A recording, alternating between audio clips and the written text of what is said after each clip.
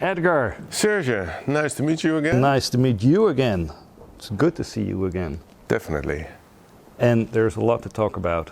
I think so. Because there is a new album coming up. Yes. 9 new original compositions. Yes. And there's a lot of things happening on that album. Mm-hmm.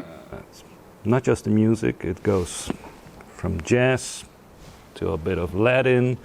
There is some pop, and it fuses also well together. But that's one. Mm-hmm. There's also something with the title. There's something with the cover. Mm-hmm. So the album title is Gentle Insult. Yes. With a very colorful cover. Mm-hmm. Can you tell me something about this concept?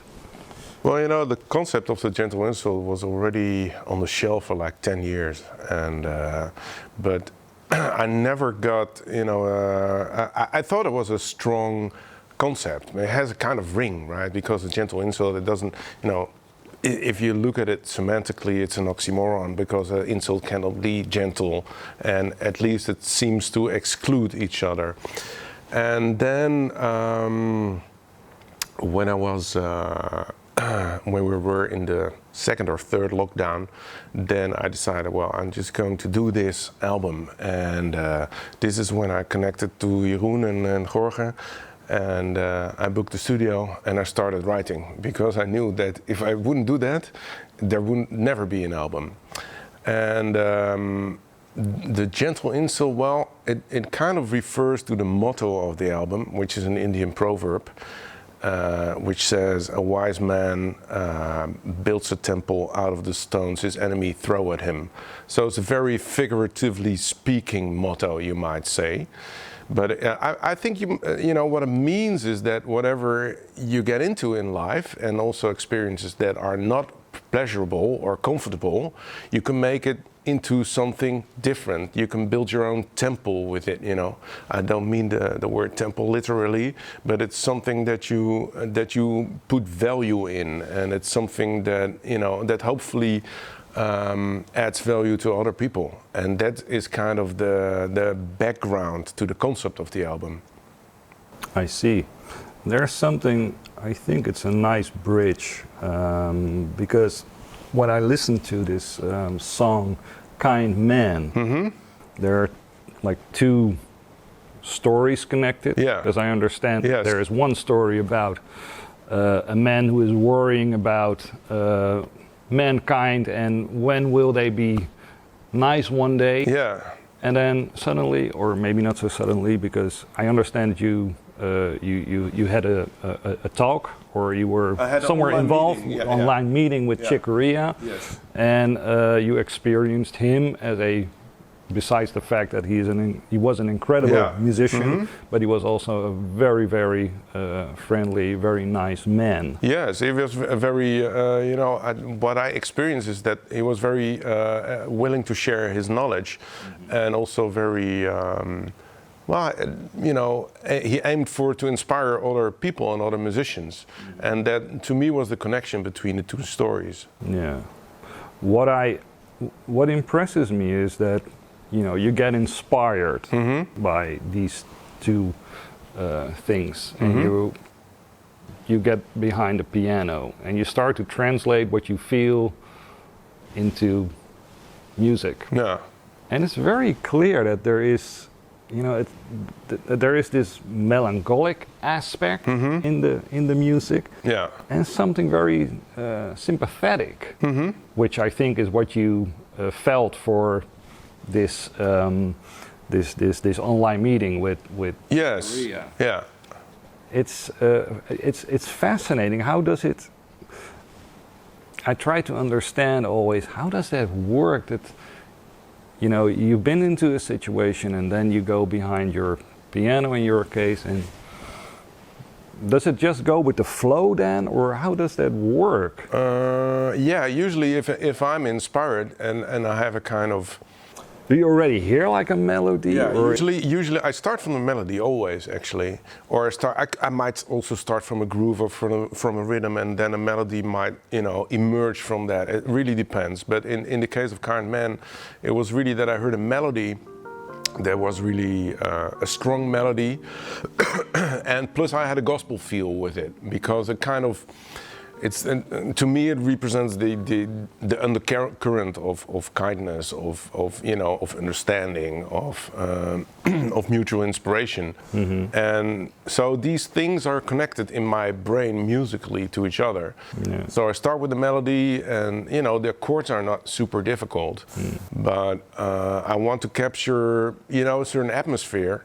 And I move from the melody, and I move out to the harmony. I mean, the rhythm is basically just a gospel rhythm. It's not very complex in that way, but it's really it's really important to capture the emotional content of those two stories. How they connect to me and maybe to other people as well. And who's that man who is worrying? Is that you, or is it? Oh no, it's not. It's actually an ancient story. It's about a guy who goes to his teacher, and he's really, worried about the state of affairs in the world and how people treat each other and the wars and the conflicts. It's just what we are right now, and it was the same like a couple of hundreds of thousands years ago. Yeah. And then the teacher says, well. And his question is, when will the world be free, or when will mankind be free? And the answer of the teachers is, when mankind will be kind men. Yeah. So it's a kind of a deep answer as far as I'm concerned. Yeah. And one more thing about this track, I think it's a beautiful track. Chick Corea is, you were in this online meeting, but he also happens to be a personal hero and inspiration. Sure. Yeah. Is that something that's also fused into this album? And in what way does he inspire you musically? What are elements that trigger you, that inspire you?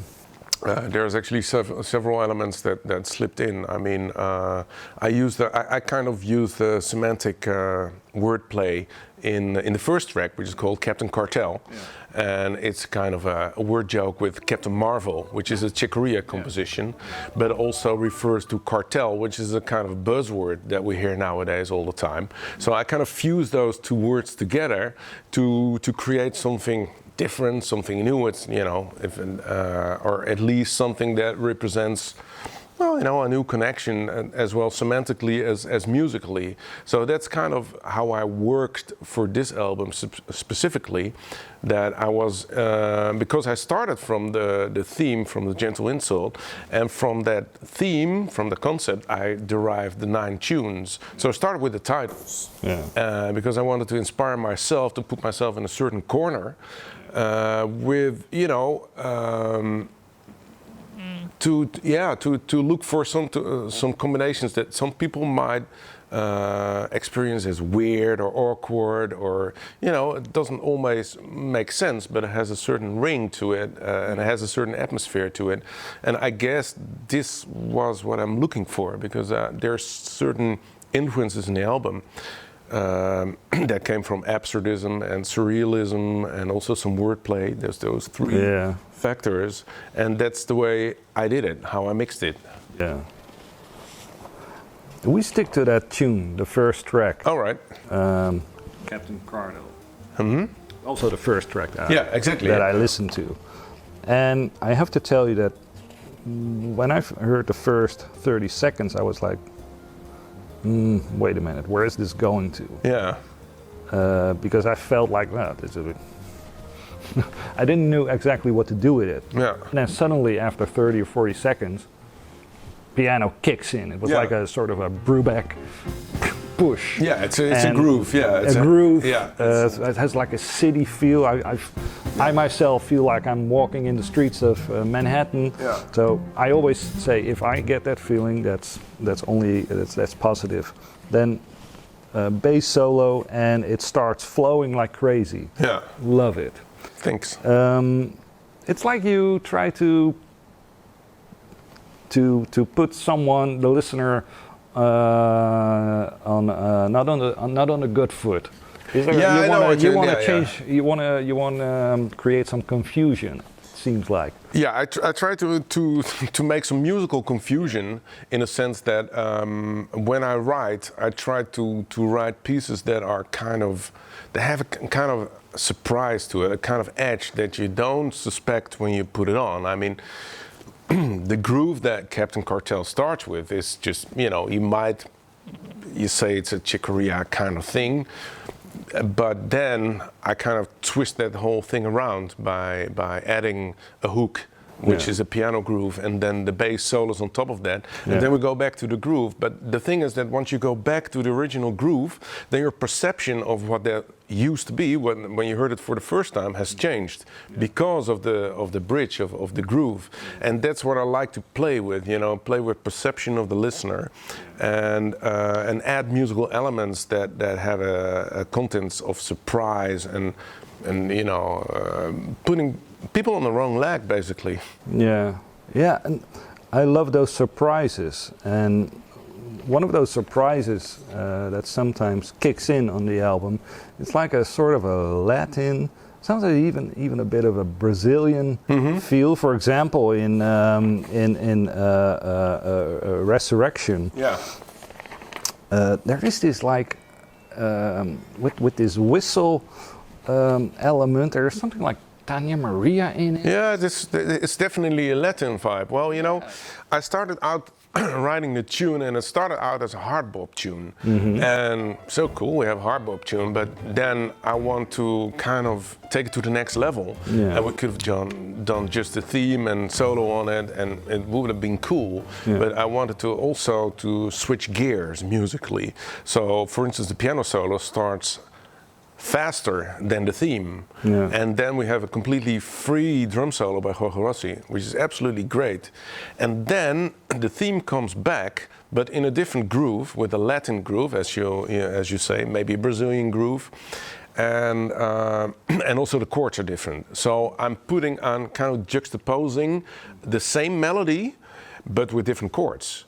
So also here you have putting things in a different context, which doesn't lose it doesn't lose the musical meaning that it has, but it puts it in a different context. And I add the whistles and the VSTs to, it's what I imagined while writing this. It's like, you go to a jazz festival and you go to a hall and there's a, great harbor band playing, and they're playing this theme. And then you're kind of, you want to hear something else, and you open the door and you hear a Latin band playing exactly the same theme, or different, a bit different, And that's kind of the... Yeah, you can. I don't know. It's just different planes planes of consciousness or perception that I want to touch with one tune. Yeah. Very nice. Very nice. Okay, thanks. Can you? There's another title on this album. Just already because of the title, it attracts. Bill at the Gates. Yeah, Bill at the Gates. Can you elaborate on that? That composition. It's a beautiful composition. It also has some a nice effect in it. Can you tell something about how that track emerged? How it got to it? What it is? Well, it's a weird track. That's one thing for sure. And Bill Gates is someone that has a lot of that evokes a lot of emotions, positively as well as negatively. And I'd like to play with words. So if you have Bill Gates, then I think, okay, how would it sound if Bill is at your gates? If he rings the bell, how would it sound like? And that's where the hook actually comes from. That that comes back through the whole theme, and between the solos, it's like. What is it? It's kind of Burt Bacharach-ish kind of hook, that comes back. And it starts out as a like after hours piano thing in a bar. That's the way I imagine it. And then halfway it goes into a 4/4 kind of double time pop feel or something like that, I would call it. And to me, it's just connecting different musical elements. and playing with words and see how that reflects in the music. You know, I see, for me, that I'm very semantically sensitive. So always, if you change a word or change a few letters, it becomes a different meaning, right? And Bill at the Gates is kind of neutral to me. I don't want to express any, you know, opinion or whatever, but it kind of opens up an atmosphere to me that inspires me to write a song like that, you know. So yeah, is it weird? Yes, it's definitely weird. But you know, there's good weirdness and there's bad weirdness, and I like this good weirdness, you know. Talking about atmosphere, and also you mentioned the term VST before.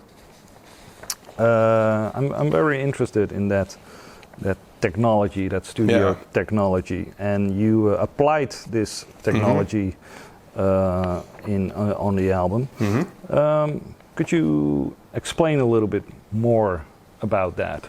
Yes, I mean, the VSTs is called virtual studio technology. I mean, people might also call it samples. And I started working with it a lot, like years ago, and because it really gives me the opportunity to work up my ideas in a far more elaborate way than just sitting behind the piano and, you know, making a record of the chords and the bass lines, etc. It's more basic, and the VSTs and kind of expands my opportunity to communicate my ideas.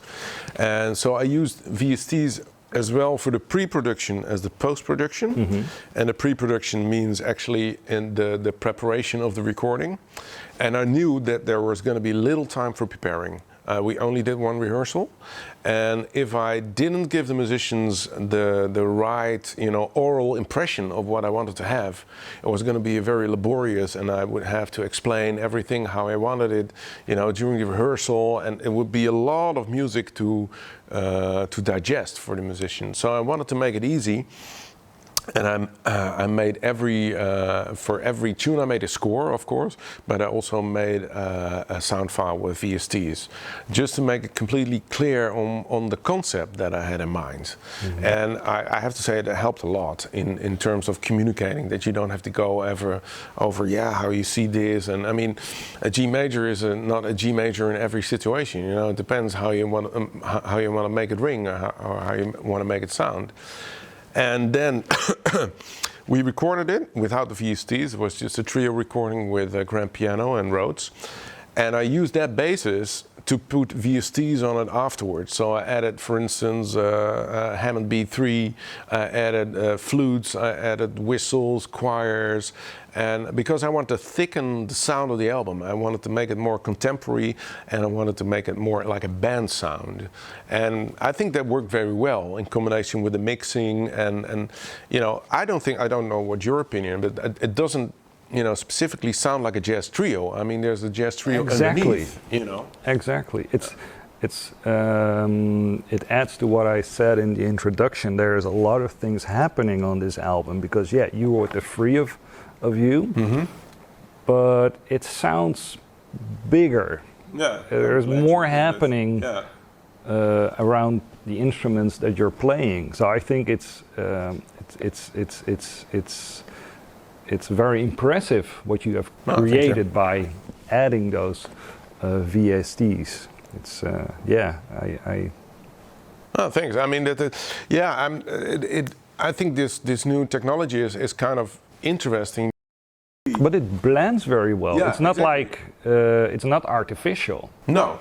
It doesn't sound like artificial. I'm it's glad like it doesn't sound like that to you. You know. No.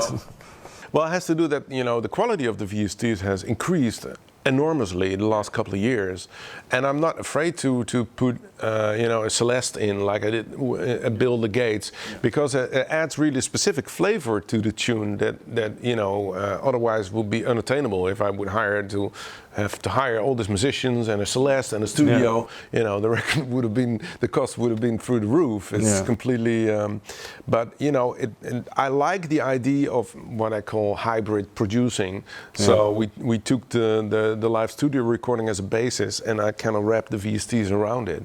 It was also very laborious because we didn't play with a click, you know, because I didn't want to do that. I wanted to have, you know, enough space for spontaneous contributions, and you know, I didn't want to make it a pop record. I don't know, you tell me, is it a jazz record with pop influences or pop jazz? I don't know, you know, it's just the way I feel it or the way I hear it. Yeah. And you have two heavyweight musicians. I would say that, yeah. Backing you up. Jorge Rossy on drums, who worked with Woody Shaw, Paquito Rivera, Kurt Rosenwinkel. Yeah. And there's bass player Jeroen Vierdag. Yes. Worked with Lucas van Merwijk, Leonardo Amoedo, Alan Clark, for example. You name it. But I did play with them before. I played with Jeroen Vierdag on several projects. I played with him with Lucy Woodward, and I played with him with a couple of other projects. And Jorge, I played with him once during a tour when I was touring with David Schneider in Spain. Yeah. And he was able to sub for the gig, which was great. But I think you guys match perfectly because thanks. I know you. You know, we were just talking about the different elements in the music. You know, whether it's there's jazz, there is also a piece of Latin, there's some gospel, there's even some pop in between. Yeah. But like I just mentioned, these two musicians also work with different kinds of musicians. Yeah. And when I listen to you guys, it's like it sounds so natural. So it's like you've played for so long with each other, but it works very well. Yeah. So how do you feel about this this collaboration with each other? This working together. I felt super happy when I could get them both for the album, and I mean, and both said yes immediately. So that was a kind of also an incentive for me to follow through with the project, you know. Mm-hmm. And I knew that it would work. I can tell you how, but it's just a kind of intuition that these two guys, they're so versatile and creative, and and really good at their instrument that I don't have to explain everything. It's just we rehearse it, and the concept becomes clear, and then the music evolves from that. And I think what, besides being great musicians, I think what makes it special is that they have their commitment to the music I've written, and also kind of intuitive understanding, like the way, the way it has to sound or the way it can sound. And it's kind of, evolving in a very organic way, which I love. It's just...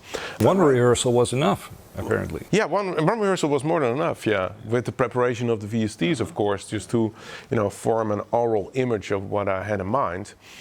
But it was more than enough, and also I don't think that my tunes are very complex in a way that there's a lot of pyrotechnics and stuff. I mean, some tracks are more complex than others, but it's what's going on in between the layers. If I listen back to the recordings, I see that I think that there's a lot of interaction, and I leave spaces, and then Jeroen comes in with the bass line.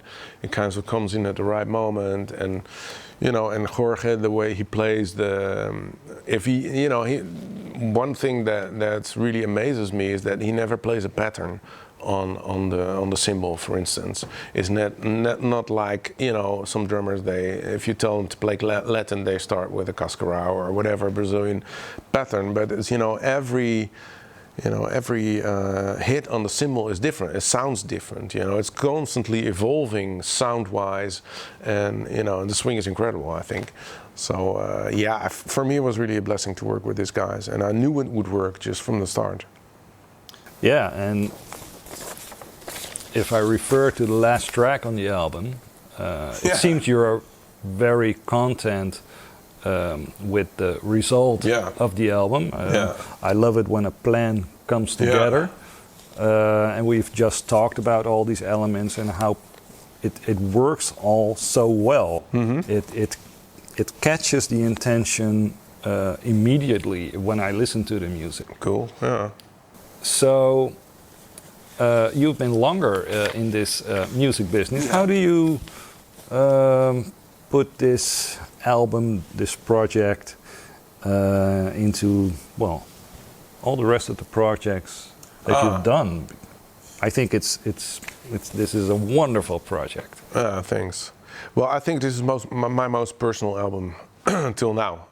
It's the most where I put myself as much as I could, and my composing and my playing to the foreground. Yeah, I mean, I'm very happy with it. What came out of it, you know, without being overly proud or something like that. But yeah, the last tune, I love it when a plan comes together. It's just, you know, it's from the A-Team epic series, and there's this epic moment every episode where, you know, the A-Team is the victory moment of victory arrives, and the bad guys are around the top, and they're, you know, and the A-Team build a pumpkin cannon themselves, and you know, it's just. And then Hannibal Smith lights a cigar and he says, "I love it when a plan comes together." And I wanted to capture that exact moment in music. You know, that's how victory to me sounds like, or, you know, the reward for hard work, you know. And yeah, I mean, I couldn't, you know, I think it's a very, it's a closure that's well chosen. How much did was the pandemic, did it had an influence also on this project? Well, in a way, because I realized that if I wouldn't do it then, I would probably do it never, you know. So there was, I had the time, I had the opportunity to do it, and I was lying on the shelf, you know, and I just realized that, you know, if I wouldn't do it then, I would probably never do it. So I kind of took the first step and called the musicians and booked the studio. So I knew that there was a time span of 4 months to write all the material, and I wrote all the material in 4 months, which is, you know, which kept me going. That's the whole thing, because I knew I could do it, but I had to do it. Yeah. So I put some pressure on myself in order to make sure that I would do it. Yeah. The result is magnificent. Congratulations. Thanks. And I wish you all the best and success for this project.